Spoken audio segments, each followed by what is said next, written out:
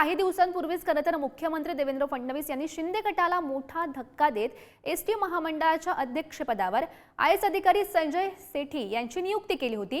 राजपत्र जारी करून त्यांनी हा निर्णय जाहीर केला होता, पण रात्रीतून सूत्र फिरली आणि महामंडळाचं अध्यक्षपद पुन्हा एकदा परिवहन मंत्री प्रताप सरनाईक यांच्याकडे आलंय। सरनाईक यांच्या नियुक्तीपत्रावर रात्री उशिरा मुख्यमंत्र्यांनी सही केल्याची माहिती सध्या समोर आली आहे। त्यामुळे आता मुख्यमंत्री देवेंद्र फडणवीस आणि एकनाथ शिंदे मधला दुरावा दूर झाल्याची चर्चा राजकीय वर्तुळात रंगल्याचं बघायला मिळत आहे। या संदर्भात अधिकची माहिती जाणून घेऊयात। आमचे प्रतिनिधी पंकज दळवी सध्या आपल्या सोबत आहेत।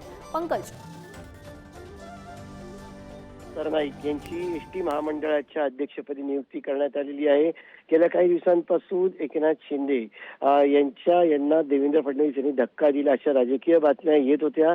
त्याची दोन प्रमुख कारणं होती। एक म्हणजे त्यांचे मैत्री संस्थेवरून आशर यांची जी आहे ती त्यांना तिकडनं काढून टाकणं, त्यांची उचलबांगडी करणं आणि एसटी महामंडळावरती संजय सेठी परिवहन आयुक्त आहेत त्यांची नेमणूक करणं, या गोष्टी विस्तवाचं काम या सरकारमध्ये करत होते। आणि त्यामुळे कुठेतरी आता प्रताप सरनाईक यांची नियुक्ती केल्यानंतर या वादावरती कुठेतरी पडदा पडेल अशी शक्यता आहे। जे कोल्ड वॉर तरीशी पत्रकार परिषदेत म्हणाले की वॉर एकदम कोल्ड आहे, मात्र कुठेतरी वॉर आहे हे नक्की याच्यातनं स्पष्ट होतं।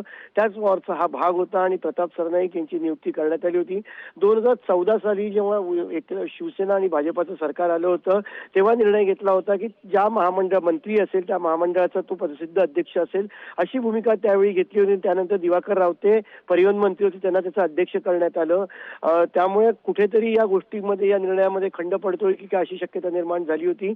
आजच्या या निर्णयानंतर पुन्हा एकदा भाजपा आणि एकनाथ शिंदे यांची शिवसेना, विशेषतः देवेंद्र फडणवीस आणि एकनाथ शिंदे यांच्यामागे पडद्यामागे जो दुरावा होता तो कदाचित या नियुक्तीमुळे थोडंसं त्याच्यामध्ये हलकं वातावरण होईल, तो थोडा शांत होईल अशी शक्यता निर्माण झाली आहे।